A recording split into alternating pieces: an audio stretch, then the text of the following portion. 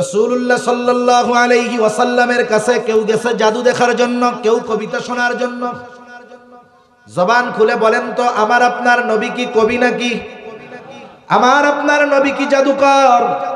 আমার আপনার নবী কি পাগল? আমার আপনার নবী কি গণক নাকি? ওরা তো গেছে এগুলো দেখার আশায়। বলে নবীজির কাছে জাদুও নাই, কবিতাও নাই, নবীজির কাছে পাগলামিও নাই, নবীজির কাছে হাত দেখানো গণকও নয়। কি আছে? বলে নবীজির কাছে যা আছে সেটা হলো আল কোরআন। নবীজির কাছে যারাই যাইতো নবীজি তাদের কোরআন শোনায়া দিতেন। এই যে শীত মৌসুম ভালো মতো শুরু হয়েছে, আজকেও তো মনে হয় বাইতুল মুকাররমে আন্তর্জাতিক কেরাত সংস্থা ইকরার উদ্যোগে আন্তর্জাতিক কেরাত মাহফিল হচ্ছে। এই যে কেরাত মাহফিল গুলা হয়, ফরিদপুরেও হয়তো হবে।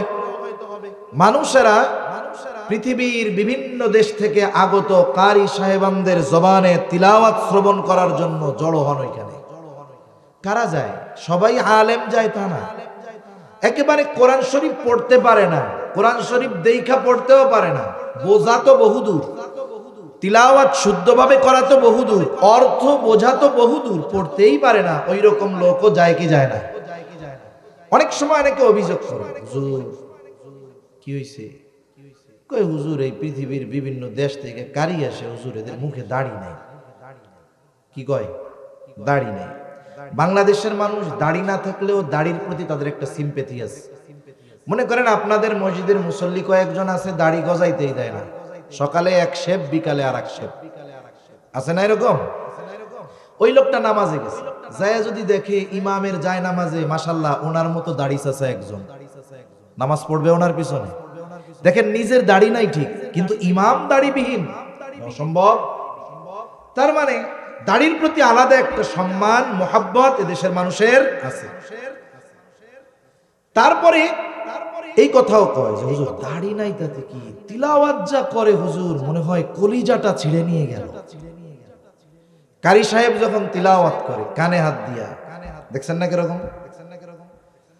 ওয়াদ-দুহা ওয়াল-লাইলি ইযা সাজা মা ওয়াদ্দাআকা রাব্বুকা ওয়া মা ক্বালা, এরকম টান দেয় না? আমি তো পারি না দিতে। কারি সাহেব যখন তিলাওয়াত দেয়, তিলাওয়াত করে লম্বা সূরা দুহা একটানে পড়ে ফেলে। কিভাবে পড়ে? আল্লাহু আকবার। কারি সাহেব তার তিলাওয়াত যত বৃদ্ধি করেন, প্রলম্বিত করেন, কারি সাহেবের সামনে যারা শ্রোতা থাকে, হোক সে আলেম, হোক সে গায়রে আলেম, হোক সে মূর্খ, তিলাওয়াত যত লম্বা হয় অন্তরের মধ্যে তত ঢেউ খেলা শুরু হয়ে যায়। অপেক্ষায় থাকে কখন কারি সাহেব তিলাওয়াত সমাপ্ত করবে, আর সাথে সাথে গোটা মজলিসের সব মানুষ জবান খুলে চিৎকার করে বলে ওঠে আল্লাহু আকবার। বলে না এরকম? বলে। এখন এই যে মূর্খ লোকটা তিলাওয়াত শুনে তার অন্তরে একটা প্রভাব আসছে বিদায়ী তো আল্লাহু আকবার বলছে। এখন একটু চিন্তা করেন, ১৫০০ বছর পরে একজন কারীর জবানে তিলাওয়াত শুনে যদি মানুষ এতটা প্রভাবান্বিত হতে পারে, ওই কোরআন স্বয়ং যার উপরে নাজিল হয়েছে তার তিলাওয়াত কত মধুর ছিল, তার তিলাওয়াতের মধ্যে কত প্রভাব ছিল। মানুষেরা যাইতো জাদু শোনানোর জন্য, নবীজি শুনায় দিতেন কোরআন। দেখা যাইতো জাদু দেখতে গিয়ে, পাগল দেখতে গিয়ে কোরআনের তিলাওয়াত শুনে ওই মানুষগুলোর অন্তরে ঈমানের নূর প্রজ্বলিত হয়ে যাইত। হাদিসের ভাষায় এই জান্নাতের বাগানে আসার বসার কিছু দিনই কথা বলবার এবং শ্রবণ করবার তৌফিক যে মহান মনিব দান করেছেন, সে মহান মনিবকে খুশি করার জন্য মোহাব্বতের সাথে জবান খুলে অন্তর থেকে আমরা একবার কালিমাতুশ শুকর পাঠ করি, আলহামদুলিল্লাহ। অগণিত দুরূদ ও সালাম সাইয়্যিদুল আম্বিয়া, আশরাফুল আম্বিয়া, খাতামুল আম্বিয়া, ইমামুল মুরসালিন, রহমাতুল লিল আলামিন মুহাম্মাদুর রাসূলুল্লাহ সাল্লাল্লাহু আলাইহি ওয়াসাল্লামের উপর আমি আপনাদের খেদমতে পবিত্র কোরআনুল কারীমের একটা আয়াত ও রাসূল আকরাম সাল্লাল্লাহু আলাইহি ওয়াসাল্লামের অগণিত হাদিস থেকে একটা হাদিস পাঠ করেছি। আল্লাহ তাআলার কাছে তৌফিক চাই, আল্লাহ তাআলা আমাকে কিছু কথা বলার তৌফিক দেন, যে কথাগুলো আমাদের সবার দুনিয়া এবং আখিরাতের জন্য কল্যাণকর হয়। সকলে বলি আমিন। এই পৃথিবীতে মানুষের কিছু দামি দামি সম্পদ আছে। ঈমান তো সবচেয়ে দামি সম্পদ, এরপরেও পার্সোনাল কিছু দামি সম্পদ আছে। এই দামি সম্পদ যার মধ্যে যত বেশি, সে দুনিয়া আখিরাত উভয় জাহানে সফল তত বেশি। আমরা তো টাকা পয়সা, ধন দৌলত, পদ পদবি এগুলোকে সম্পদ মনে করি, কিন্তু মানুষের এই সমস্ত সম্পদগুলোর সাথে এমন একটা সম্পদ আছে, যদিও সেটা দেখা যায় না, কিন্তু তার প্রয়োগ বাস্তব জীবনে হয়। সেই সম্পদের নাম কি? বলে সেই সম্পদের নাম হলো ক্যারেক্টার, চরিত্র। চরিত্র এটা মানুষের বড় এক সম্পদ। এজন্য একটা প্রবাদ আছে, আমি আবার ইংরেজিতে দক্ষ না, এমনি বলতেছি, ভুল হইলে চুপ করে থাকেন, লজ্জা দিয়েন না। অনেক সময় বলে,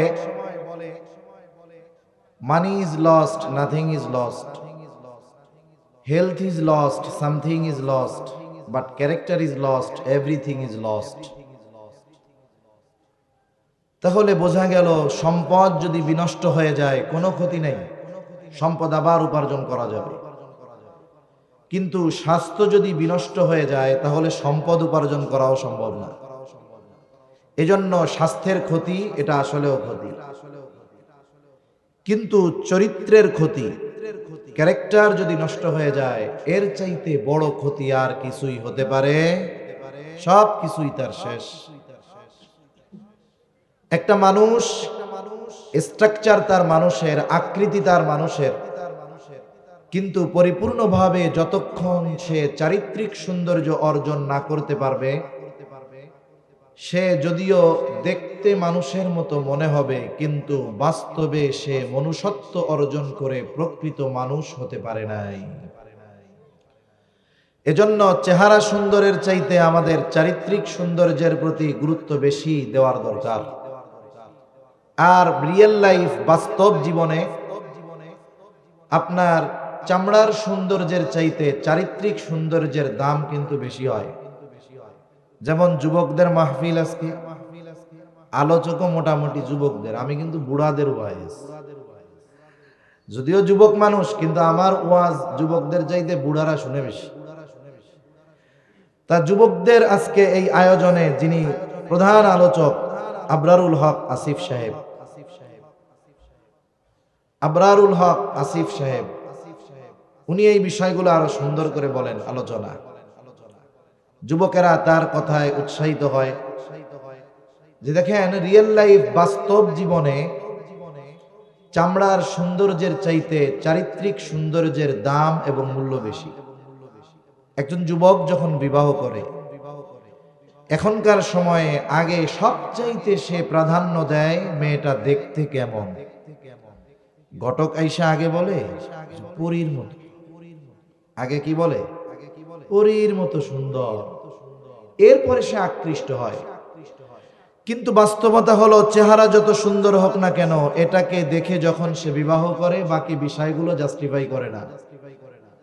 বিবাহ পরবর্তীকালীন সময়টা হলো তার বাস্তব জীবন। ওই সময় যদি ওই মেয়েটার চারিত্রিক ত্রুটি থাকে, তাহলে তার চামড়ার সৌন্দর্য পরীর মতো হলেও ওই সৌন্দর্য খারাপ চরিত্রের কারণে তাকে আকর্ষিত করতে পারে। এজন্য চরিত্র বড় এক সম্পদ, উত্তম আখলাক বড় সম্পদ।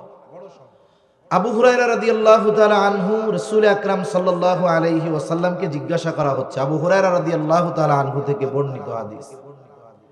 নবীজিকে জিজ্ঞাসা করা হচ্ছে, ইয়া রাসূলুল্লাহ, মিজানে সবচাইতে ওজন হবে কোন আমল? জাযাকাল্লাহ, জাযাকাল্লাহ। মিজানে সবচাইতে ওজন হবে কোন আমল? নবীজি নামাজ, রোজা, হজ, যাকাত কোনো কিছুর কথা বলেন নাই। নবীজি বলেছেন মিজানে সবচাইতে ওজন হবে উত্তম চরিত্র। সুবহানাল্লাহ। সেজন্য আমাদের মিশন হবে যে আমরা আমাদের চরিত্রকে সুন্দর করব ইনশাআল্লাহ। এখন আমি আপনি যদি চরিত্রকে সুন্দর করতে চাই, এই পৃথিবীতে যত দুনিয়াবি কাজ আছে, দুনিয়াবি কাজে সফলতার জন্য অবশ্যই আমি আপনি কাউকে না কাউকে আইডল, অনুসরণীয় হিসাবে নির্ধারণ করি। যেমন যিনি ভালো ক্রিকেট খেলতে চান, ক্রিকেটার, দেখা যাবে উনি এই পৃথিবীর একজন ভালো অলরাউন্ডার, যে তাকে ফলো করে, অনুসরণ করে। একজন যদি ভালো গান গাইতে চায় তাহলে ফলো করে কার? বলে যিনি একজন প্রসিদ্ধ গায়ক তাকে অনুসরণ করে। যিনি ভালো ফুটবল খেলা শিখতে চান তিনি মেসি, রোনাল্ডোকে অনুসরণ করে। তার মানে দুনিয়ায় কেউ যদি জাগতিক বিষয়ে সফলতা অর্জন করতে চায়, ওই লাইনের সফল ব্যক্তি যে কোনো একজনের অনুসরণ সে করে। ঠিক কিনা বলেন? এখন আমরা যদি আমাদের চরিত্রকে সুন্দর করতে চাই, তাহলে এমন একজনকে আইডল হিসাবে নির্ধারণ করা দরকার, যিনি সৎ চরিত্রের দিক দিয়ে সর্বোচ্চ স্থানে অবস্থান করতেছেন। আর এই ক্ষেত্রে একমাত্র ব্যক্তি যিনি, তিনি হলেন মুহাম্মাদুর রাসূলুল্লাহ সাল্লাল্লাহু আলাইহি ওয়াসাল্লাম। আমরা মূলত নবীজিকে সামনে রেখেই কিছু কথা ইনশাআল্লাহ আলোচনা করব। রাসূল আকরাম সাল্লাল্লাহু আলাইহি ওয়াসাল্লামের আলোচনা করাটা ইবাদত। এই পৃথিবীতে ঈমানের পরে সবচেয়ে গুরুত্বপূর্ণ ইবাদত হলো নামাজ। সবচেয়ে গুরুত্বপূর্ণ ইবাদত কি? নামাজ। নামাজের জন্য যখন মানুষকে আহ্বান করা হয়, কিসের মাধ্যমে? আযানের মাধ্যমে। ঈমানের পরে সবচেয়ে গুরুত্বপূর্ণ ইবাদত নামাজের দিকে যখন মানুষকে ডাকা হবে, আযান দেওয়া হয়, বলেন তো আযানের মধ্যে আমার আপনার নবীর আলোচনা আছে না নাই? এরপরে আপনি ইকামত দিবেন, মানে নামাজে দাঁড়ানোর জন্য যখন প্রস্তুতি নিবেন, ইকামতের মধ্যে নবীজির কথা আছে না নাই? এরপরে নামাজ শুরু হয়ে গেল, বলেন তো এই নামাজ পড়তে হবে, নামাজের মধ্যেও নবীজির কথা আছে না নাই? সালাম ফিরানো হলো। এখন আপনি চান আল্লাহ তাআলার কাছে একটু চাইবেন, দোয়া করতেছেন। হাদিসের মধ্যে আসছে যতই দোয়া করা হোক, যেই দোয়ার সাথে দুরুদের সম্পর্ক নাই, সেই দোয়া যত বিনয়, যত নম্রতার সাথে করা হোক না কেন, দুরুদবিহীন দোয়া আল্লাহ তাআলা কবুল করেন না। তাহলে রাসূল আকরাম সাল্লাল্লাহু আলাইহি ওয়াসাল্লামের কথা আলোচনা আল্লাহ তাআলা ইবাদতের মধ্যে রেখে দিয়েছেন। এই পৃথিবীর এমন কোন মুহূর্ত অতিবাহিত হয় না, সেকেন্ডও নয়, ন্যানো সেকেন্ড অতিবাহিত হয় না, যেই সময় আল্লাহ তাআলার সাথে আমার আপনার নবীর কথা উচ্চারিত হয় না। সুবহানাল্লাহ। আল্লাহ তাআলাও বলেন ওয়ারাফা'না লাকা যিকরাক, আপনার আলোচনাকে আমি সমুন্নত করে দিয়েছি। বলে যেখানেই আল্লাহ সেখানেই আলোচনা হবে মুহাম্মাদুর রাসূলুল্লাহ সাল্লাল্লাহু আলাইহি ওয়াসাল্লাম। রাসূল আকরাম সাল্লাল্লাহু আলাইহি ওয়াসাল্লাম কেমন চরিত্রের অধিকারী ছিলেন? বিষয়টা আবার এমন নয় যে নবুয়তির পরে নবীজির চরিত্র সুন্দর ছিল, নবুয়তির আগে মনে হয় ছিল না। কারণ আমাদের সমাজে অনেক মানুষ আছে, হজ করার আগে তার মতো শয়তান আর কেউ থাকে না। অনেক মানুষ আছে তাবলিগে যাওয়ার আগে শয়তানও ওরে দেখে আস্তাগফিরুল্লাহ কয়, আল্লাহ ওর থেকে বাঁচো। কিন্তু তাবলিগে গিয়া সে সবচেয়ে ভালো হয়ে গেছে, হজ করে সবচাইতে ভালো হয়ে গেছে। এরকম ভালো মানুষ সমাজে আছে না নাই? আগের জীবনে খারাপ ছিল, পরে ভালো হয়ে গেছে। কিন্তু নবীজির এই চারিত্রিক সৌন্দর্য শুধু যে নবুয়তির পরে তা নয়, এটা নবুয়তির বহু আগ থেকে নিয়ে। যদি নবীজির চরিত্র নবুয়তির আগে পরের কেমন উপমা দিতে যাই, একটা উদাহরণ দিলে বুঝতে সহজ হবে ইনশাআল্লাহ। মনে করেন আপনি সৌদি আরব থেকে একটি স্বর্ণের বার কিনে এনেছেন, স্বর্ণের টুকরা, বার, বিস্কিট, যাই বলেন না কেন। 10 বছর আগে কিনে এনেছিলেন। 10 বছর আগে এটাকে সিন্দুকের মধ্যে এমন ভাবে লুকায় রাখা হয়েছে কেউ টেরও পায় নাই। বলেন তো 10 বছর অব্যবহৃত ফেলে রাখা লুকিয়ে রাখা এই স্বর্ণের বার 10 বছর পরে যদি বাহির করে, কেনার সময় যেমন উজ্জ্বল ছিল 10 বছর পরে কি ওই উজ্জ্বলতা থাকবে? থাকবে না, উজ্জ্বলতা নাই। তবে কি তার দাম কমে গেছে নাকি? দাম কিন্তু কমে নাই, উজ্জ্বলতা কমেছে, তবে দাম কমে নাই। স্বর্ণকারের কাছে গিয়ে একটু অ্যাসিড পানির মধ্যে চুবনি দিয়ে উঠাবে, একটা ঘষা দিলে দেখা যাবে আবার আগের মতো চকচকা হয়ে গেছে। নবীজির চরিত্র নবুয়তির আগেও স্বর্ণ, পরেও স্বর্ণ। তফাৎ কি? বলে নবুয়তির আগে স্বর্ণ, তবে উজ্জ্বলতা কম ছিল, দাম ঠিক ছিল। নবুয়তির পরে বলে দামও আছে, উজ্জ্বলতাও বাড়ছে, নবুয়তির পানি দিয়ে ধুয়ে দেওয়ার কারণে, নবুয়তি দেওয়ার কারণে।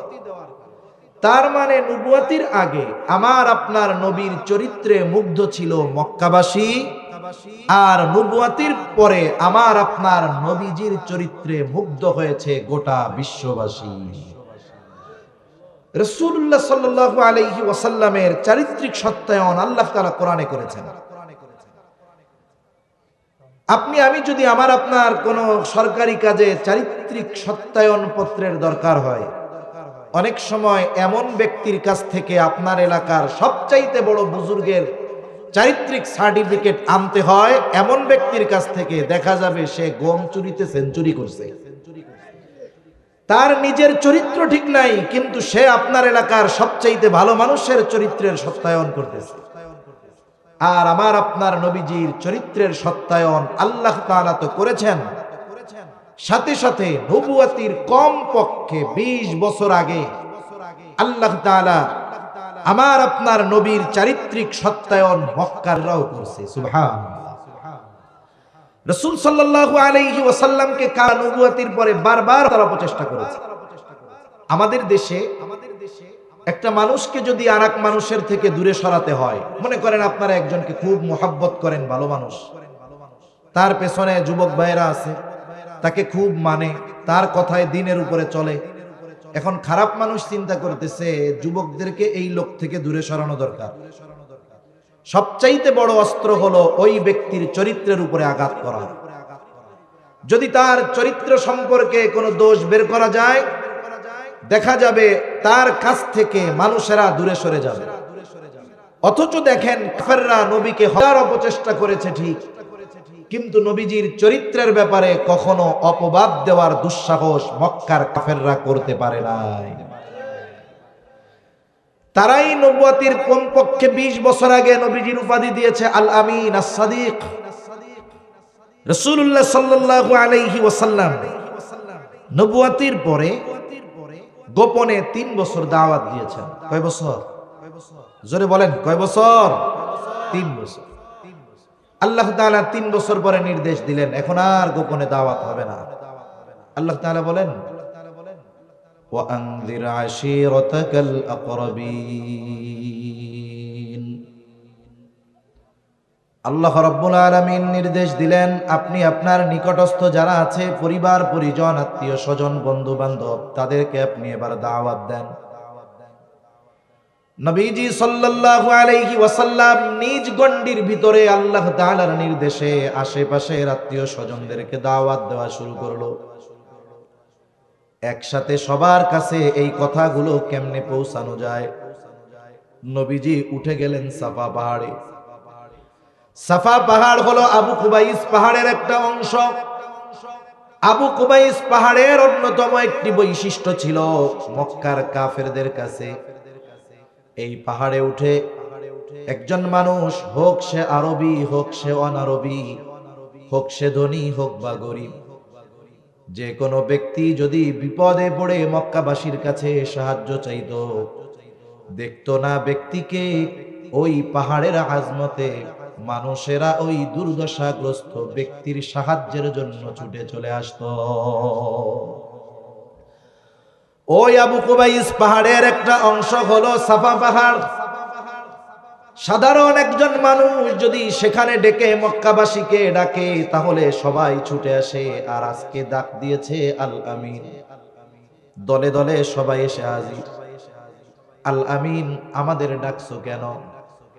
নবীজি এবার তাদেরকে বললেন, আমি যদি তোমাদেরকে এই খবর দেই, এই পাহাড়ের পেছন দিকে একদল সশস্ত্র বাহিনী তোমাদের উপরে আক্রমণ করার জন্য অপেক্ষা করতেছে, আকুনতুম মুসাদ্দিকিয়া, তোমরা কি আমার এই কথা বিশ্বাস করবা নাকি? নবীজি তাদের কাছে প্রশ্ন ছুড়ে দিলেন। এই প্রশ্ন করার পর উপস্থিত সকলে সমস্বরে বলে, মুহাম্মদ, কেন বিশ্বাস করব না তোমার এই কথা? কারণ বিগত সময়ে তুমি সর্বদা সত্য কথা বলেছ, বিগত সময়ে আমরা তোমাকে কখনো মিথ্যাবাদী পাই নাই। 43 বছরে তুমি একটা মিথ্যা কথাও বলো নাই। আমি বলতেছি আপনাদের, শুনতেছি আমরা, খুব সহজ, 43 বছরে মিথ্যা কথা বলি নাই। অথচ দেখা যাবে অনেক ভালো মানুষ সমাজে যে ভালো হিসাবে প্রতিষ্ঠিত পরিচিত, দেখা যাবে সকালে মিথ্যা কথা না বললে তার পেট ক্লিয়ার হয় না। আছে না এরকম কিছু আল্লাহর বান্দা? সকালবেলা বাথরুমে যেয়ে 2 টান না দিলে বাথরুম ক্লিয়ার হয় না। আছে না এরকম বুজুর্গ? হ্যাঁ। অথচ নবীজি গোটা 43 বছরে একটা মিথ্যা কথাও বলেন নাই। জাহেলিয়াতের সময়ও হজ ছিল। প্রতি বছরের ওই হজের মৌসুমে পৃথিবীর বিভিন্ন প্রান্ত থেকে মক্কায় মানুষেরা চলে আসতো হজ করার জন্য, বাইতুল্লাহ দর্শনের জন্য, বাইতুল্লাহ জিয়ারতের জন্য। মক্কার মানুষেরা চিন্তা করলো, হজের মৌসুম তো চলে আসছে, মানুষেরা যদি মুহাম্মাদের খবর পায় আর মুহাম্মদ যদি তাদেরকে তার পক্ষে নিয়ে যায়, তাহলে তো অবস্থা খারাপ, কি করা যায়? তারা সকলে মিলে আলোচনা করার পরে সিদ্ধান্তে উপনীত হলো যে আগন্তুক সকলকে মুহাম্মাদের ব্যাপারে সতর্ক করতে হবে। মানুষদের থেকে, নবীজির থেকে মানুষদেরকে দূরে সরানোর জন্য নবীর ব্যাপারে 4টা শব্দ ব্যবহার করলো। কয়টা শব্দ? তারা প্ল্যান করলো, মক্কা প্রবেশের যতগুলো রাস্তা আছে প্রত্যেক রাস্তার মুখে এক একদল প্রতিনিধি দাঁড় করিয়ে দিবে। ওই রাস্তায় যত মানুষ আসবে তারা এলান করে ঘোষণা করে জানিয়ে দিবে, শোনো, মক্কায় একজন লোক আছে, তার নাম মুহাম্মদ, খবরদার, সে কিন্তু একজন পাগল, তার দ্বারের কাছেও তোমরা যাবা না। আর একদিকে প্রবেশ দ্বারে আর এক দলকে দাঁড় করায় দিয়েছে। যারাই ওই রাস্তায় আসে প্রতিনিধিরা ঘোষণা করে দেয়, শোনো, মক্কায় একজন লোক আছে, তার নাম মুহাম্মদ, খবরদার, তার কাছে তোমরা কেউ যাবা না, সে কিন্তু একজন পাগল। আর এক প্রবেশ দ্বারে আর এক গ্রুপ দাঁড় করায় দিছে। যারাই আসে তারা ঘোষণা করে জানায় দেয়, শোনো, মক্কায় একজন লোক আছে, নাম হলো মুহাম্মদ, সে কিন্তু একজন কবি, খবরদার, তার কাছে তোমরা যাবা না। আর এক রাস্তায় আর এক গ্রুপ দাঁড় করায় দিয়েছে। যারাই আসে তাদের কানে পৌঁছায় দেয়, শোনো, মক্কায় একজন লোক আছে, তার নাম হলো মুহাম্মদ, সে কিন্তু একজন জাদুকর, খবরদার, তোমরা তার কাছে যাবা না। আল্লাহ তাআলার কুদরত কেমন দেখেন! যেই মানুষগুলো পৃথিবীর বিভিন্ন প্রান্ত থেকে মক্কায় আসতেছিল, কেউ চেনে না মুহাম্মদকে, মুহাম্মদ নামে যে একজন আছে কেউ জানতো না। আল্লাহ তাআলা আমার আপনার নবীর দুশমনদের মাধ্যমে তাদের সকলের কর্ণকুহরে পৌঁছিয়ে দিল যে, শোনো, মক্কায় একজন লোক আছে, তার নাম হলো মুহাম্মদ। কেউ চিনতো না, এখন না দেখলেও নাম তো শুনছে। অনেক সময় মানুষকে মানুষের দেখার আগ্রহ জন্ম হয় কেমন? বলে নাম শুনতে শুনতে অনেক সময় চেহারা দেখতে মন যায়। ওরা মানা করছে, খবরদার, ধারে কাছে যাবা না। মক্কার মধ্যে যারাই ঢুকে সবার মুখে এক কথা, মুহাম্মদ কোথায়, মুহাম্মদ কোথায়। যারা জাদু প্রেমী এরা যায় জাদু দেখার জন্য খুঁজতেছে, কবিতা প্রেমী তারা কবিতা শোনার জন্য খুঁজতেছে, গণক যারা দেখাবে, হাত গণনা করাবে, তারা গণক খুঁজতেছে, আর একজন পাগল দেখার জন্য কিছু মানুষ খুঁজতেছে। চিন্তা করে, এই লোক তো ছোটখাটো পাগল না, ছোটখাটো জাদুকর নয়, ছোটখাটো গণক নয়, ছোটখাটো কবিও নয়। যদি সাধারণ ছোটখাটো কবি হতো, গণক হতো, তাহলে তারা আমাদেরকে তার ব্যাপারে মানা করতো না। যাইতে মানা করছিল, এখন অন্তর খুশখুশ করে না দেখা পর্যন্ত। সুবহানাল্লাহ। সবাই খুঁজে মুহাম্মদ কই, এখন দলে দলে নবীজির কাছে চলে গেছে। রাসূলুল্লাহ সাল্লাল্লাহু আলাইহি ওয়াসাল্লামের কাছে কেউ গেছে জাদু দেখার জন্য, কেউ কবিতা শোনার জন্য। জবান খুলে বলেন তো, আমার আপনার নবী কি কবি নাকি? আমার আপনার নবী কি জাদুকর? আমার আপনার নবী কি পাগল? আমার আপনার নবী কি গণক নাকি? ওরা তো গেছে এগুলো দেখার আশায়। বলে নবীজির কাছে জাদুও নাই, কবিতাও নাই, নবীজির কাছে পাগলামিও নাই, নবীজির কাছে হাত দেখানো গণক নয়। কি আছে? বলে নবীজির কাছে যা আছে সেটা হলো আল কোরআন। নবীজির কাছে যারাই যাইতো নবীজি তাদের কোরআন শোনায়া দিতেন। এই যে শীত মৌসুম ভালো মতো শুরু হয়েছে, আজকেও তো মনে হয় বাইতুল মুকাররমে আন্তর্জাতিক কেরাত সংস্থা ইকরার উদ্যোগে আন্তর্জাতিক কেরাত মাহফিল হচ্ছে। এই যে কেরাত মাহফিল গুলা হয়, ফরিদপুরেও হয়তো হবে। মানুষেরা পৃথিবীর বিভিন্ন দেশ থেকে আগত কারি সাহেবানদের জবানে তিলাওয়াত শ্রবণ করার জন্য জড়ো হন ওইখানে। কারা যায়?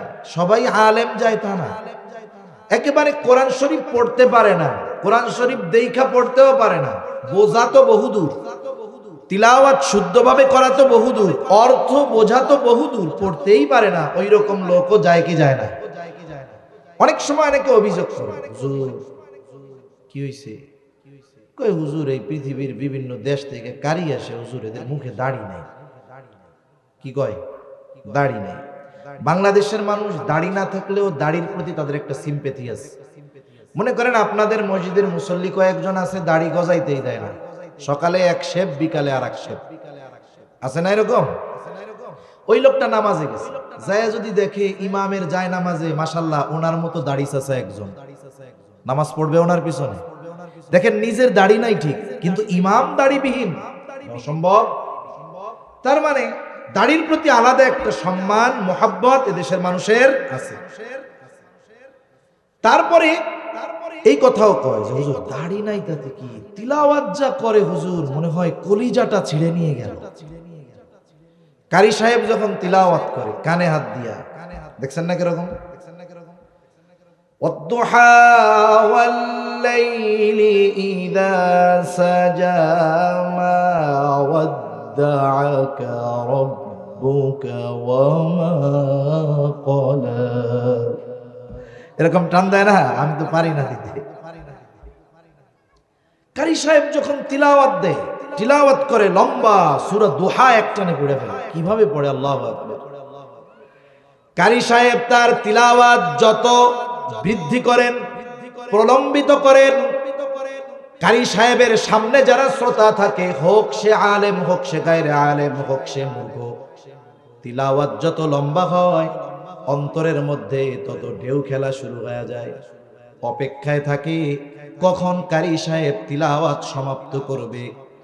আর সাথে সাথে গোটা মজলিসের সব মানুষ জবান খুলে চিৎকার করে বলে ওঠে আল্লাহু আকবার। বলে না এরকম? বলে। এখন এই যে মূর্খ লোকটা তিলাওয়াত শুনে তার অন্তরে একটা প্রভাব আসছে বিদায়ী তো আল্লাহু আকবার বলছে। এখন একটু চিন্তা করেন, ১৫০০ বছর পরে একজন কারীর জবানে তিলাওয়াত শুনে যদি মানুষ এতটা প্রভাবান্বিত হতে পারে, ওই কোরআন স্বয়ং যার উপরে নাজিল হয়েছে তার তিলাওয়াত কত মধুর ছিল, তার তিলাওয়াতের মধ্যে কত প্রভাব ছিল। মানুষেরা যাইতো জাদু শোনানোর জন্য, নবীজি শুনায় দিতেন কোরআন। দেখা যাইতো জাদু দেখতে গিয়ে, পাগল দেখতে গিয়ে কোরআনের তিলাওয়াত শুনে ওই মানুষগুলোর অন্তরে ঈমানের নূর প্রজ্বলিত হয়ে যাইত।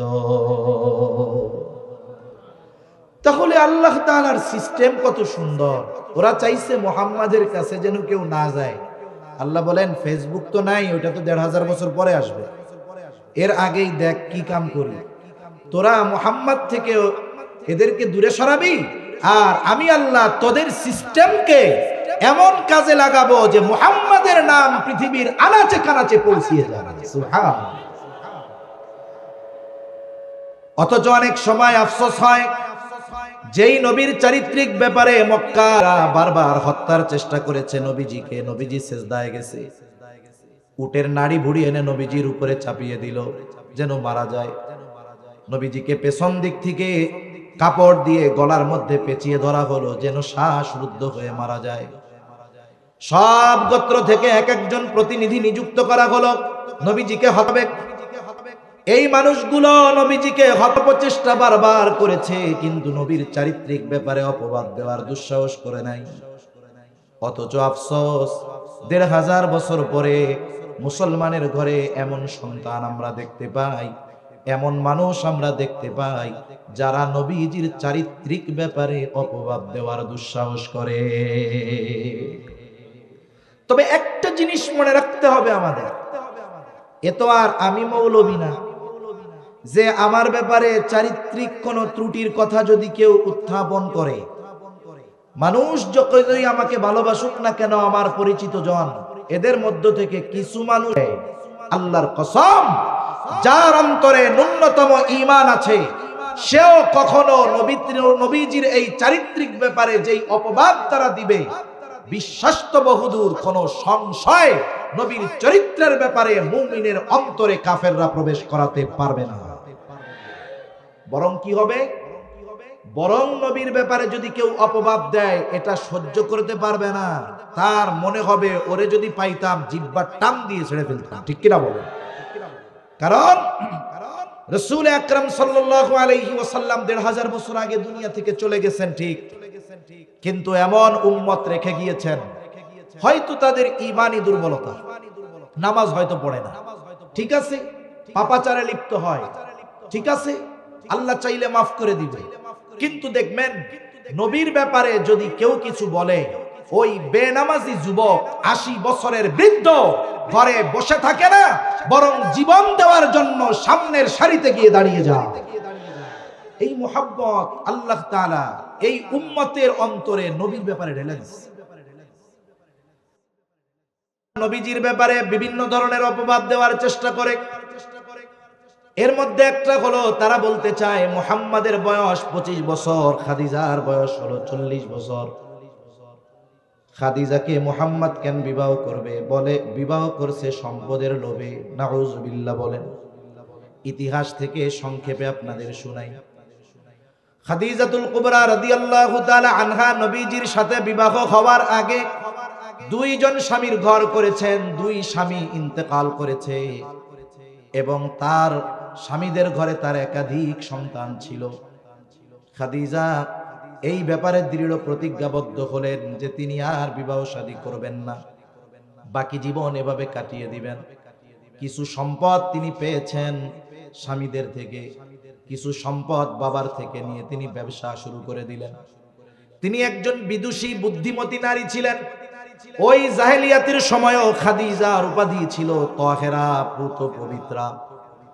খাদিজা একজন সফল ব্যবসায়ী ছিলেন। খাদিজার বয়স যখন ৩৭, আমার আপনার নবীজির বয়স হলো ২২।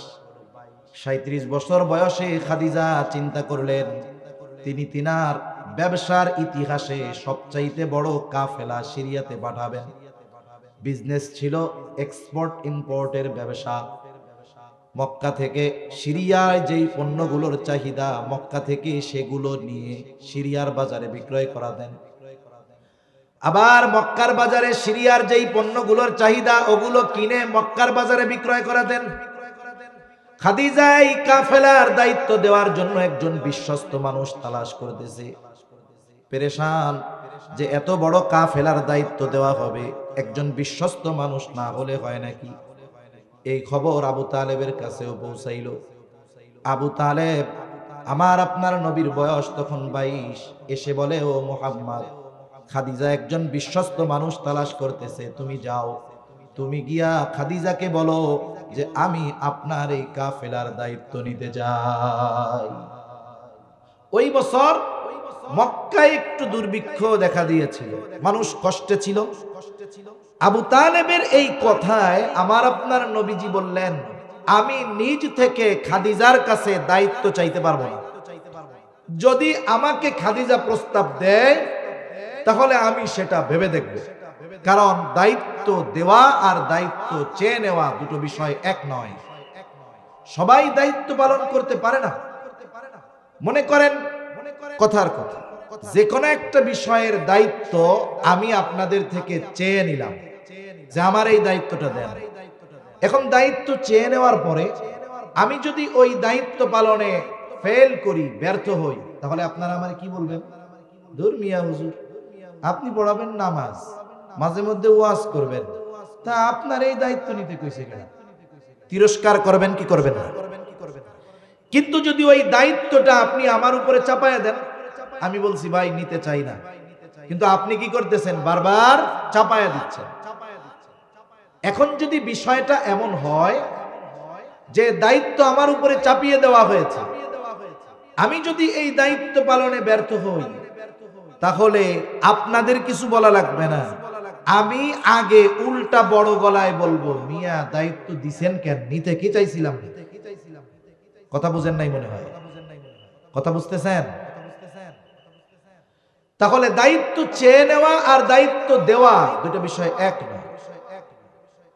আবু তালেব চলে গেলেন খাদিজার কাছে, গিয়ে বলে, খাদিজা, আপনি নাকি আপনার ব্যবসায়ী কাফেলার দায়িত্ব দেওয়ার জন্য একজন বিশ্বস্ত লোক খুঁজতেছেন। আমার ভাতিজা মুহাম্মদ, আপনি চাইলে তাকে দায়িত্ব দিতে পারেন। খাদিজার চেহারা থেকে চিন্তার ছাপ দূর হয়ে গেল। বলে, মুহাম্মদ যদি এই কাফেলার দায়িত্ব নেয়, এর চাইতে উত্তম আর কোনো কিছুই হতে পারে না। আবু তালেব এবার বলে, খাদিজা, তবে একটা কথা, মুহাম্মদ আপনি যদি তাকে প্রস্তাব দেন, হয়তো সে সম্মত হতে পারে। খাদিজা কি বলছে শুনেন। খাদিজা কিন্তু একজন সাধারণ মহিলা ছিল না। দুই স্বামী ইন্তেকাল করার পরেও অনেক দেশের রাজা বাদশাহ তাকে বিবাহের প্রস্তাব দিয়েছে, সে ফিরিয়ে দিয়েছে। খাদিজা বলে, আবু তালেব, মুহাম্মদ ব্যতীত এই কথা যদি আপনি অন্য কারো ব্যাপারে বলতেন, আমি কশ্চিন কালেও আপনার প্রস্তাব মেনে নিতাম না। যেহেতু মুহাম্মদ, তার ব্যাপারে প্রস্তাব দিতে আমার কোনো আপত্তি নেই। এবার নবীকে দায়িত্ব দেওয়া হলো, নবীজি সফর শুরু করলেন। আর এই সফরে একজনকে খাদেম দেওয়া হলো, তার নাম হলো মাইসারা। খাদিজার চোখ বলা হতো তাকে। খাদিজা বললেন, মাইসারা, সবার খেয়াল রাখবা, বিশেষ করে মুহাম্মাদের ব্যাপারে খেয়াল রাখবা। এইবার লম্বা সফর শেষ হলো। রাসূল সাল্লাল্লাহু আলাইহি ওয়াসাল্লাম মক্কা থেকে যে পণ্যগুলো নিয়ে গিয়েছেন, সিরিয়ার বাজারে প্রায় দ্বিগুণ লাভে বিক্রয় করলেন। আবার সিরিয়া থেকে যেগুলো কিনে এনেছেন, মক্কার বাজারে প্রায় দ্বিগুণ লাভে বিক্রয় করলেন। সফর শেষ, সব দায়িত্ব নবীজি বুঝায়া দিলেন। এইবার সফরের কারগুজারি শুনতেছে মাইসারার কাছে খাদিজা। সব ঘটনাবলী বর্ণনা করলো, বিশেষ করে আমার আপনার নবীর ব্যাপারে কয়েকটা ঘটনা সে বলতেছে, খাদিজা, প্রচন্ড রোদ, দুপুর বেলা, আকাশের কোথাও কোনো মেঘ নাই, আমরা পথ চলতেছি। আমি সব সময় দেখতাম মুহাম্মদ যেই জায়গা দিয়ে পথ চলে, এক খণ্ড মেঘ সব সময় সূর্যের তাপ থেকে তাকে ছায়া প্রদান করতে থাকে। এরপরে আর একদিন দেখলাম একটা গাছের আড়ালে সূর্যের ছায়া আলো থেকে বাঁচার জন্য একটা গাছের ছায়ায় মুহাম্মদ ঘুমিয়ে আছে। স্বাভাবিক অবস্থা, সূর্য সরে যাওয়ার সাথে সাথে গাছের ছায়াটাও সরে যাওয়ার কথা, কিন্তু আমি খেয়াল করে দেখলাম সূর্য সরে গেছে কিন্তু ছায়া জাগায়। আমি কাছে গিয়ে দেখলাম সূর্য সরে গেছে, তাতে কি গাছ বাঁকা হয়ে মুহাম্মদকে ছায়া প্রদান করতেছে। আরেক জায়গায় নবীজি বিশ্রাম নিচ্ছেন, নবীজিকে দেখে এক পাদ্রী মাইসারাকে বলে, এই যুবককে সব পরিচয় দেওয়া হলো। মাইসারা এই পরিচয় যখন দিয়েছে, ওই পাদ্রী বলতেছে, এই যুবক ভবিষ্যতে হয়তো নবী হবে। এই খবর সফরের পরে খাদিজাতুল কুবরার কাছে এসে মাইসারা জানাইল। আল্লাহর নবীর কাছে যখন ওহী নাজিল হয়েছে, নবীজি প্রচন্ড জ্বর, ভয় পেয়ে গেছেন, কম্বল দিয়ে নবীজিকে মুড়িয়ে ধরা হয়েছে। খাদিজাতুল কুবরা আমার আপনার নবীকে নিয়ে গিয়েছিলেন তার চাচাতো ভাই আরাকা বিন নওফেলের কাছে। অথচ যখন নবীজির সাথে বিবাহ হয় নাই, তার প্রায় 20 বছর আগে, যখন মাইসারা বলছে, পাদ্রীর কাছেই খবর পাইলাম এই যুবক হয়তো ভবিষ্যতে নবী হবে, খাদিজা ওই সময় আরাকা বিন নওফেলের কাছে গিয়া বলছে, ভাই কাছাকাছি সময় কোন নবী আসবে নাকি? আরাকা বিন নওফেলও জানিয়ে দিয়েছে, হ্যাঁ, কিতাবের বর্ণনা অনুযায়ী মনে হয় অচিরেই হয়তো আরব ভূখণ্ডে কোন নবীর আগমন ঘটবে। যখন তার ভাইয়ের কাছ থেকেও নবীজির ব্যাপারে এই বিষয়টাই মোটামুটি নিশ্চিত, তখন থেকে সে নবীর ব্যাপারে একটু দুর্বল। বান্ধবীদের কাছে শুধু মুহাম্মাদের প্রশংসা করে। ইতিমধ্যে লম্বা সময় কেটে গেছে, নবীজিও 25 বছরে পদার্পণ করছে, খাদিজার বয়স 40-এর কোঠায়। স্বাভাবিকভাবে যেই মেয়েটা বিবাহ করতে চায় না, সে যখন একজন পুরুষের প্রশংসা বারবার বান্ধবীদের মজলিসে করবে, বান্ধবী কি বলবে? পছন্দ হয়ে গেছে মনে হয়, তোমার মনে হয় তাকে খুব ভালো লাগে, তাইলে বিয়ার প্রস্তাব দিয়া দাও, একটু খেয়াল দিয়ে আসুন, বিয়ার প্রস্তাব দিয়া দাও। একটা বিষয় হলো আমাদের সমাজ আর জাহেলিয়াতের সমাজ। আমরা তো জাহেলিয়াতের সময়কে খুব খারাপ বলে অভিহিত করি, কিন্তু এই সমাজে মুসলিম সোসাইটির ভিতরে এমন কিছু চিন্তাধারা রয়েছে যা জাহেলিয়াতের সময়ের চিন্তাধারাকেও হার মানিয়ে দেয়। মনে করেন একজন বুজুর্গ মানুষ, একটা ভালো মেয়ে, তার আগে 2 জায়গায় বিবাহ হয়েছে, স্বামী 2 জন মারা গেছে, মেয়েটা ভালো, অথবা তালাক প্রাপ্ত হয়েছে। এখন ওই মেয়েটা ভালো, কোন অবিবাহিত যুবক যদি তার মা বাপকে গিয়ে বলে, আব্বা আম্মা অমকের মেয়েটা যদিও তালাক প্রাপ্তা কিন্তু মেয়েটা ভালো, আমারে তার সাথে বিয়া দিয়া দেন। কথা শুনতেছেন তো? যদি যুবক অবিবাহিত গিয়ে মা বাপকে বলে যে অমকের মেয়ে যদিও তালাক প্রাপ্তা কিন্তু মেয়েটা ভালো। আমাদের সমাজের আর একটা সমস্যা আছে, সমস্যা হলো কোন মেয়ে যদি তালাক প্রাপ্ত হয় একতরফা ভাবে শুধু মেয়েকে দোষারোপ করা হয়, কিন্তু বাস্তবতা এমনটা নয়। বড় একটা অংশ আছে যে মেয়েরা তালাক প্রাপ্ত হওয়ার জন্য তার পিতা দায়ী, ঠিক কিনা বলে? কারণ মেয়ে বিবাহ দেওয়ার সময় পিতা যত বুজুর্গ হোক, দিনদার হোক না কেন, পোলা যদি মালদার না হয় ওই পোলা দিনদার হইলেও কামে লাগে না, ঠিক কিনা বলেন? এরপরে মালদার দেখে বিবাহ দিয়ে দেয়, গিয়ে দেখে সব ঠিক আছে, কিন্তু মেয়ে গিয়ে দেখে ছেলেটা মাদকাসক্ত, পরনারী আসক্ত, ওখানে সে দিনের উপরে চলতে পারে না। এখন বলেন তো একজন দিনদার মেয়ে যদি এরকম একটা ঘরে যায়, এটা তো তার জন্য দুনিয়ার ছোট একটা জাহান্নাম মনে হবে, ঠিক কিনা বলেন? এখন কি হয়? বিবাহ বিচ্ছেদ হয়ে যায়। সমাজের মানুষ কি বলে? একজন বলে অমুকের মেয়েটা খুব ভালো, আর একজনকে ভালো হইলে কি তালাক খাইতো, এরকম বলার লোক আছে না নাই? এটা আমাদের নিচু মন মানসিকতার পরিচয়। তা আমাদের সমাজে যদি ওই রকম 2 বার তালাক প্রাপ্ত অথবা 2 বার স্বামী মারা যাওয়া কোন ভালো মেয়েকে যদি কোন যুবক আব্বার কাছে গিয়ে বলে যে আমারে তার সাথে বিয়া দিয়ে দেন, দেখবে যে সাথে সাথে বাপ মা হার্ট ফেল করে কায়ত হয়ে গেছে, যে কি কথা কইলি, ইজ্জত সম্মান থাকবো? এটার বিবাহ হইছে, 2 স্বামীর ঘর করছে, তুই বিয়া করবি, ইজ্জত থাকবো, মুখ দেখাইতে পারুম না, ঠিক কিনা বলেন? অথচ জাহেলিয়াতের সময় কোন মেয়ে যদি একাধিক বিবাহ হতো, তালাক প্রাপ্ত হতো, তাকে একজন যুবক অবিবাহিত সে বিবাহ করলে এটাকে খারাপ দৃষ্টিতে দেখা হতো। আমাদের সমাজে পরকীয়া ভালো লাগে, আর একজনের বউ থাকা অবস্থায় নিয়ে আসো, সেইটাই মুখে চুনকালি পড়ে না।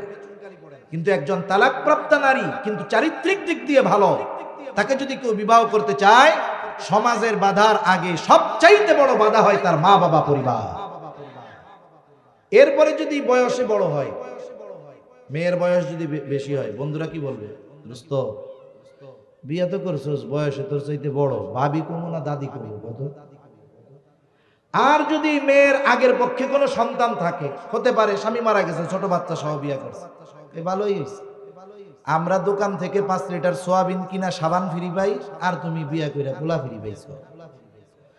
এই যে কথাগুলো আমরা মজার স্বরে রসের সাথে বলতেছি, কিন্তু এটা আমাদের নিচু মন মানসিকতার পরিচয়। জাহেলিয়াতের সময় এরকম ছিল না, তাহলে আমরা জাহেলদের চাইতে আরো খারাপ। আল্লাহ হেদায়েত দান করুন। এক সময় কথা হলো, খাদিজাকে বলে প্রস্তাব দাও, খাদিজা বলে আমি যদি প্রস্তাব দেই, প্রস্তাব যদি ফিরিয়ে দেয় এটা আমার জন্য লজ্জার, বান্ধবী বলে তাহলে আমি গিয়া কই। বলে তুমি তার মনোভাব জানো, তবে আমার বিষয়টা গোপন রাখবা। এইবার বান্ধবী গিয়ে আমার আপনার নবীজিকে বলে, মুহাম্মদ, বিবাহের বয়স তো কম হলো না, বিবাহ কি করবা না?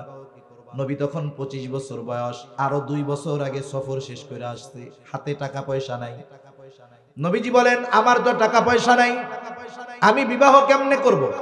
মেয়েটা বলে, কেউ যদি তোমার সব খরচ বহন করার দায়িত্ব নেয় তাহলে তুমি রাজি আছো নাকি? নবীজি বললেন, আমার অভিভাবক, আমার চাচা, তার সাথে কথা বলো। লম্বা কথা। একটা সময় আবু তালেবের খুতবায় খাদিজাতুল কুবরার সাথে নবীজির বিবাহ হয়ে গেল। তাহলে প্রথম কথা হলো, আমার আপনার নবী বিবাহের প্রস্তাব দেন নাই, প্রস্তাব আসছে খাদিজার পক্ষ থেকে, ঠিক কিনা বলেন? আর আল্লাহ তাআলা কোরআনুল কারীমের মধ্যে জানিয়ে দেন, পবিত্র কোরআনুল কারীমের প্রসিদ্ধ সূরা সূরাতুদ দুহা, এই সূরার মধ্যে আল্লাহ তাআলা নবীজিকে প্রদত্ত নবুয়তের আগে কয়েকটা নিয়ামতের কথা বলছেন। প্রথম নিয়ামত আল্লাহ তাআলা বলেন, আলাম ইয়াজিদকা ইয়াতীমান ফাআওয়া, আমি কি আপনাকে ইয়াতীম অবস্থায় পাই নাই? তার মানে তিনি আপনাকে ইয়াতীম অবস্থায় কি পান নাই? অর্থাৎ আল্লাহ বলেন, আমি কি আপনাকে ইয়াতীম অবস্থায় পাই নাই? ওই অবস্থার উপরে ছেড়ে দেই নাই। উত্তম লালন পালনের ব্যবস্থা আমি আল্লাহই আপনার জন্য করেছি। ওয়াজাদাকা আইলান ফাআগনা, আল্লাহ তাআলা বলেন, আমি কি আপনাকে নিঃস্ব অবস্থায় পাই নাই? আর আমি কি আপনাকে ধনী বানায়া দেই নাই? এই আয়াতের তাফসীরের মধ্যে এসেছে, ওই যে যেই দিন খাদিজার সাথে আমার আপনার নবীজির সাথে বিবাহ বন্ধন হয়ে গেল, রাতের বেলা খাদিজা এবার আমার আপনার নবীকে বলতেছে, মুহাম্মদ, এতকাল আপনার সাথে আমার সম্পর্ক ছিল এক ধরনের, এখন থেকে আরেক ধরনের। আজকে থেকে আমি হইলাম আপনার অধীনস্থ। মুহাম্মদ, আপনি শুনে নেন, আমার যত সম্পদ আছে আমি সব সম্পদের মালিকানা আপনাকে দিয়ে দিলাম। শুধু তাই না, এই সম্পদ যেখানে খুশি, যতটুকু খুশি, যেভাবে খুশি আপনি ব্যয় করবেন, আমার কোনো আপত্তি নাই। কারণ আজকে থেকে আমিও আপনার, আমার সব সম্পদের মালিকও আপনি। তাহলে যারা বলে যে নবীজি সম্পদের লোভে খাদিজাকে বিবাহ করেছে, নিঃসন্দেহে তারা নবীর ব্যাপারে মিথ্যা অপবাদ দেয়। আরেকটা বিষয় বলে শেষ করে দেয়, নবীজির ব্যাপারে আরেকটা অপবাদ কাফেররা দেয়, বলে যে তিনি তার পুত্রবধূকে বিবাহ করেছেন। নাউজুবিল্লাহ। জাহেলিয়াতের সময়ে একটা কুসংস্কার ছিল। কুসংস্কারটা হলো যে তারা পালক পুত্রকে নিজের পুত্রের মতো মনে করত। অনেক নিঃসন্তান দম্পতি আছে যে তারা অনেক সময় সন্তান দত্তক নিয়ে লালন পালন করে, আছে না এরকম? মনে করেন 3 বছরের একটা মেয়ে লালন পালন করতেছে, 2 বছর 4 বছরের একটা ছেলে লালন পালন করতেছে। শরীয়তের হুকুম হলো, ওই 4 বছরের ছেলেটা যতদিন নাবালক থাকবে ততদিন ওই ছেলের সামনে পালক মা যেতে পারবে, ছেলেও তার মায়ের সামনে যেতে পারবে, পালক মার সামনে। ছেলেটা যখন বালেগ হয়ে যাবে আর সে তার পালক মায়ের সামনে যেতে পারবে। মনে রাখবেন, এগুলো কিন্তু জটিল বিষয়। মেয়েটা 3 বছর বয়স, আপনি নিয়ে আসছিলেন, মেয়ে হয় না, ছেলে হয় না, কত আদর করেছেন, কপালে কত চুমো দিয়েছেন, বুকে নিয়ে ঘুমিয়েছেন। মেয়েটা প্রাপ্তবয়স্কা হয়ে গেছে। এখন আর ওই বাপ ছোটবেলায় যে ঘাড়ে নিয়েছে, চুমু দিয়েছে, সে তার সামনে যেতে পারবে না, সেও তার পালক বাবার সামনে যেতে পারবে না। এটাই শরীয়তের নির্দেশ। তবে যদি কেউ 2 বছরের আগে কোন সন্তান দত্তক নেয়, আরবি হিসাবের 2 বছর, এবং দেখা গেল সে যে সন্তানটা আনছে তার বোনের সন্তান আছে, দুধ পান করে, এইবার এই ছেলেটাকে এনে ওই মহিলা তার বোনের দুধ পান করায় দিল। এখন কি হইল? দুধ সম্পর্কের খালা। এইবার বালেগ হয়ে যাওয়ার পরেও যেহেতু দুধ সম্পর্কের কারণে তার সাথে বিবাহ হারাম, এইবার ওই সন্তান পালক মাকেও দেখতে পারবে, মাও পালক ছেলেকে দেখতে পারবে। কথা কি বুঝতে পেরেছেন? জাহেলিয়াতের সময়ের সিস্টেমটা ছিল, পালক পুত্রকে নিজের পুত্রের মতো মনে করত। ওয়ারিশ মনে করতো, যার কারণে মারা যাওয়ার পরে নিজের সন্তান যেমন সম্পদের মালিক হতো, পালক পুত্র তেমন মালিক হতো। নবীজির পালক পুত্র ছিলেন যায়েদ। যায়েদ তো হারায় গিয়েছিল, গোলাম হিসাবে বাজারে বিক্রয় করে দেওয়া হয়েছে। খাদিজাতুল কুবরার এক ভাই খাদিজাতুল কুবরার জন্য বাজার থেকে যায়েদকে কিনে আনে। বিবাহের পরে যায়েদের আচরণে মুগ্ধ খাদিজা নবীজিকে হাদিয়া দিল। যায়েদের মা বাবা খোঁজ পেয়েছে মক্কায় মুহাম্মাদের কাছে তাদের সন্তান রয়েছে, খুঁজতে খুঁজতে চলে আসছে। নবীজি তাকে আজাদ করে দিলেন, যাও তোমরা তোমাদের ছেলেকে নিয়ে যাও। কিন্তু কিশোর বালক যায়েদ নবীজির আচরণে এতটা মুগ্ধ হয়েছে, হারিয়ে যাওয়া মা বাবাকে ফিরে পাওয়ার পরেও মা বাবার সাথে না গিয়ে সে নবীজির সাথে থাকার সিদ্ধান্ত নিয়ে নেয়। যাবেই না। মা বাবাও বলছে তাহলে থাকো, মাঝে মধ্যে এসে দেখা যাবো। এইবার নবীজি এই ঘটনার পরে প্রকাশ্য সবার সামনে ঘোষণা দিলেন, আজকে থেকে যায়েদ আমার সন্তান। একটা সময় যায়েদের সাথে নবীজির ফুফাতো বোন যায়নাব বিনতে জাহাসের বিবাহ দেওয়া হলো, কিন্তু দুইজনের মধ্যে বনাবনি হয় নাই।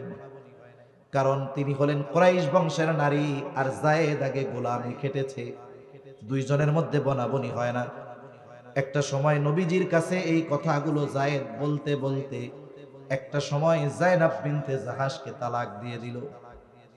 আর আল্লাহ তাআলা আমার আপনার নবীর উপরে নির্দেশ নাজিল করে দিলেন, পয়গম্বর আপনার মাধ্যমে শতাব্দীর পর শতাব্দী ধরে চলে আসা কুসংস্কারের কবর রচনা করতে চাই। সুতরাং আপনার পালক পুত্র যায়েদের তালাক প্রাপ্ত স্ত্রীর ইদ্দত শেষ হলে আপনি তাকে বিবাহ করবেন। স্রোতের অনুকূলে নবীজিকে দিয়ে এটা করানো হবে। একটা বিষয় হলো, অনেক সময় অনেক বিষয় আছে বলার চাইতে নিজে করলে এটার প্রভাব বেশি পড়ে।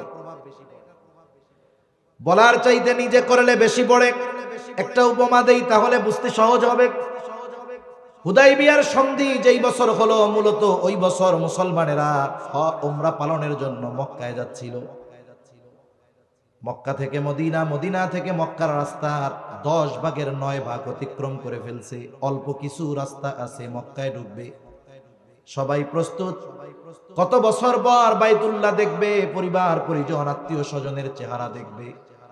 বাদ সাধলো কাফেররা, সবাই ইহরাম পরা, সাদা কাপড় পরা উমরা করবে। তখন একটা চুক্তি হলো, হুদাইবিয়া নামক কূপের নিকটে হওয়ার কারণে এই চুক্তিটার নাম হলো হুদাইবিয়ার সন্ধি। এই চুক্তির যতগুলো ধারা ছিল সবগুলো মনে হচ্ছিল কাফেরদের পক্ষে, মুসলমানদের বিপক্ষে। এবছর ফিরে যাবেন, হজমরা কিছু করতে পারবেন না। কেউ যদি মক্কা থেকে আপনাদের মদিনায় চলে যায়, আপনারা